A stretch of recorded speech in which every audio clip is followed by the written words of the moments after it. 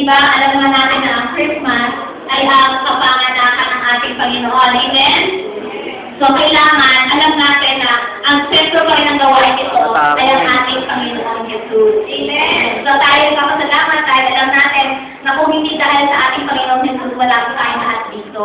At wala tayong buhay na walang hanggan. At talagang hindi pa rin natin. Amen po mga kapatid. Amen. Amen. So, in behalf ng ating family support at mga kapawalan sa Merry Christmas sa inyong lahat. Ito na ang si Manilo Roman. Merry Christmas po sa inyong lahat.